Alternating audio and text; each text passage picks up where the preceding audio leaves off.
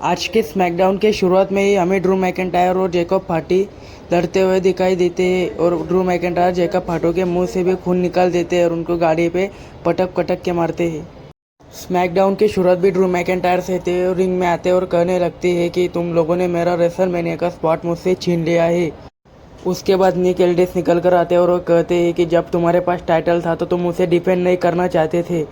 उसके बाद तुम्हें जैकब फाटो के साथ में मैच चाहिए था और तुम्हें वो मैच मैंने दिया भी था आज के स्मैकडाउन के ऊपर, लेकिन तुमने सुबह जो किया वो बहुत गलत किया ड्रू मैकिंटायर, और तेरी जगह इस रेसलमेनिया में बिल्कुल भी नहीं बनती है। मैकिंटायर कहते हैं कि हाँ, मैंने भी कोशिश की थी WWE क्विट करने की, लेकिन तुम लोगों के वजह से एक बच्चे की तरह तुम लोग रोते हो, इसलिए मुझे वापस आना पड़ा। उसके बाद जैकब फाटो गुस्से से भागकर आते हैं और ड्रू मैकिंटायर पर अटैक कर देते हैं। अनाउंसर टेबल पर मारते हैं, स्टील स्टेप पे मारते हैं। उन्होंने ड्रू मैकिंटायर को टेबल पर लिटाया और उन पर स्प्लैश भी लगाया और यही बात पर ही सेगमेंट खत्म हो जाता है। उसी के बाद आर-ट्रूथ, डेमियन प्रीस्ट और एमएफटी का मैच होता है और उस मैच में आर-ट्रूथ और डेमियन प्रीस्ट मैच के साथ में टाइटल भी जीत जाते हैं और वो new tag team title championship जीत जाते हैं। और हाँ, इस मैच में वाइट सिक्स का इंटरफेरेंस भी था।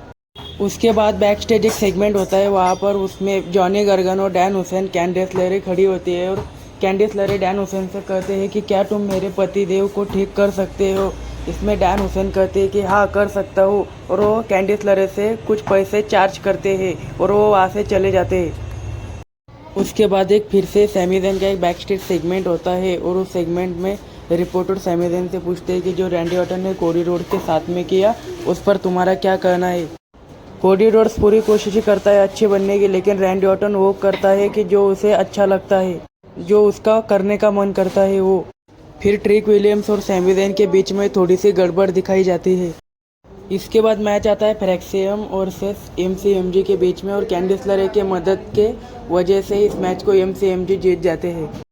उसके बाद रैंडी ऑर्टन आते हैं और वो कहते हैं कि मैं एलिमिनेशन चेम्बर जीता और मैं ड्रू मैकिंटायर से लड़ने वाला था टाइटल के लिए, और टाइटल पिक्चर में कोडी एंटर होता है और कोडी टाइटल को विन करता है।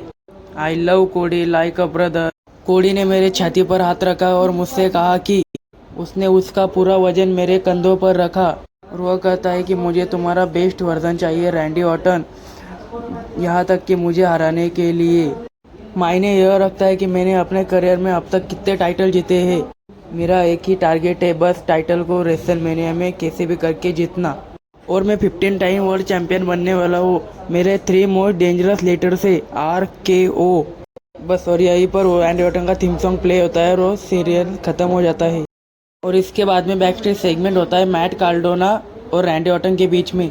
मैट कार्डोना कहते हैं कि तुमने कोडी रोड के साथ क्या किया। रैंडी ऑर्टन कहते हैं कि तेरी हिम्मत कैसे भी मेरे सामने खड़े होने की, जा और तू खिलौने से ही खेल खाली, बस मेरा टाइम वेस्ट मत कर, तू यहाँ से जल्दी चला जा। और रैंडी ऑर्टन मैट कार्डोना को एक पंच लगा देते हैं और मैट कार्डोना उसके थोड़ी देर बाद निक एल्डिस से मिलते हैं और उनसे कहते क्या मुझे रैंडी ऑर्टन के साथ में आज रात एक मैच मिल सकता है या फिर नहीं, लेकिन निक एल्डिस उन्हें मना कर देते हैं।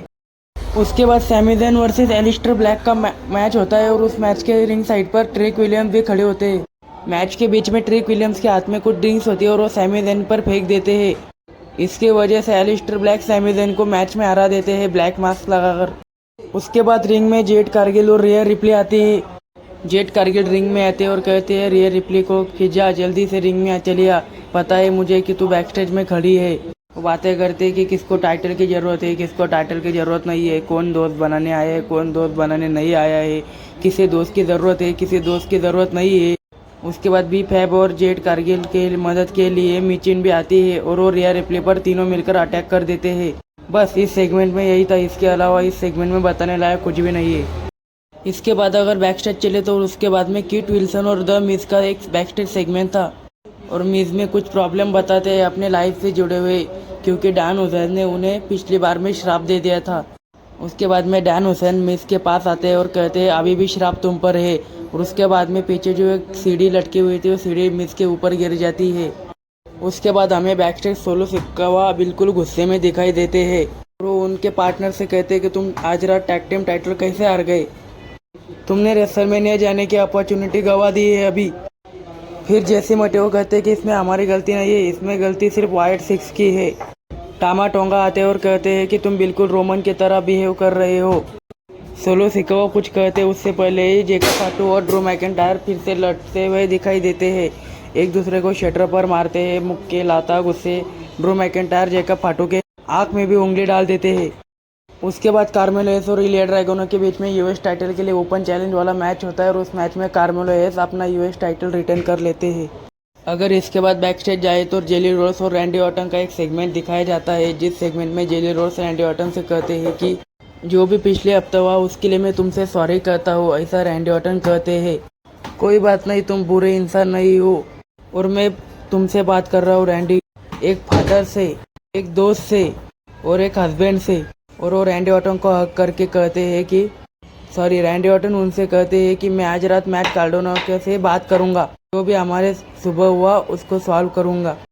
अगर इससे आगे बढ़े तो उसके बाद में कीट विल्सन और जेली रोड्स रिंग में आते हैं और कीट विल्सन कहते हैं कि मैं मेरे मुक्कों से लड़ाई नहीं कर दूंगा, मैं फाइट करूंगा मेरे शब्दों से। क्या मैंने सही सुना?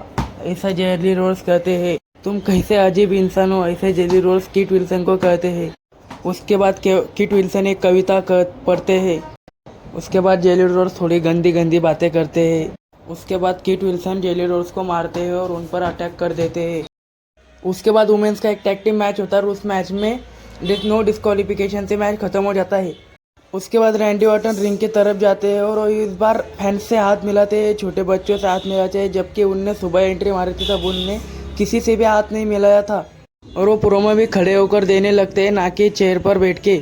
और मुझे माफ़ी मांगनी है मैट कार्डोना से आज रात। और वो मैट कार्डोना से माफ़ी मांगते हैं कि मुझे माफ़ कर दे मेरे दोस्त। और कोडी रोड्स को भी मैं माफ़ी मांगना चाहता हूँ जो मैंने पिछले हफ्ते उसके साथ में किया उसके लिए। उसके बाद दोनों गले भी मिलते हैं, वो हैंडशेक करते हैं और रैंडी ऑर्टन उसी वक्त उन्हें RKO लगा देते हैं। और अगर इसके आगे बढ़े तो उसके बाद में जैकब फाटू और ड्रू मैकिंटायर हमें फिर से लड़ते हुए दिखाई देते हैं और ऐसा लगता है कि ड्रू मैकिंटायर और जैकब फाटू एक बिल्डिंग से नीचे गिर गए हो।